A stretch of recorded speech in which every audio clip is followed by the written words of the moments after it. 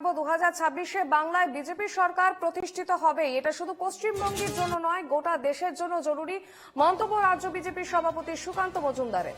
শোনাবো। এবার 26-এ ভারতীয় জনতা পার্টির সরকার তৈরি হবে পশ্চিমবঙ্গে, এবং হওয়াটা শুধু পশ্চিমবঙ্গের জন্য নয়, গোটা ভারতবর্ষের জন্য জরুরি। নচেত এই ভারতবর্ষের ডেমোগ্রাফিকে চেঞ্জ করে পশ্চিমবঙ্গের মধ্যে দিয়ে, পশ্চিমবঙ্গ তো যাবে রসাতলে, অলরেডি যেতে শুরু করে দিয়েছে, ভারতবর্ষেও ইসলামিক শাসন প্রতিষ্ঠা করার যে চক্রান্ত চলছে সেটা বন্ধ হবে।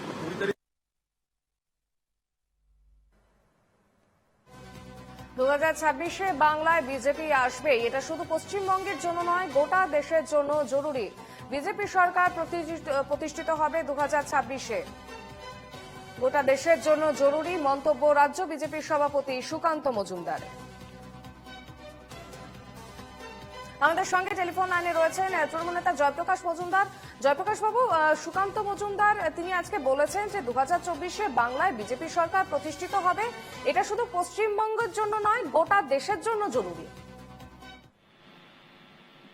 এ তো অনেকদিন ধরে এই কথা শুনছি, 2021-এও তো এই কথাই শুনেছিলেন, আপনারাও জানেন যে 2021-এ বিজেপি সরকার প্রতিষ্ঠিত হবে পশ্চিমবঙ্গে, ডবল ইঞ্জিন সরকার হবে। এসব কথা তো অনেক হয়ে গেল, এবার পচে গেছে। এই এক পচে যাওয়া কথা মানুষ আর শুনতে চাইছে না।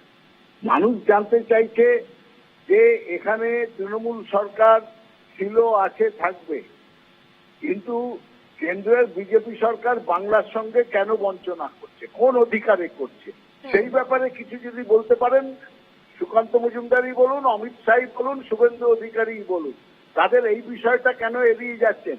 কোন অধিকারে বাংলার মানুষকে বঞ্চনা করছেন, তাদের পেটে লাথি মারছেন, তাদের পেটের ভাত কেড়ে নিচ্ছেন, মাথার ছাদ কেড়ে নিচ্ছেন, কোন অধিকারে?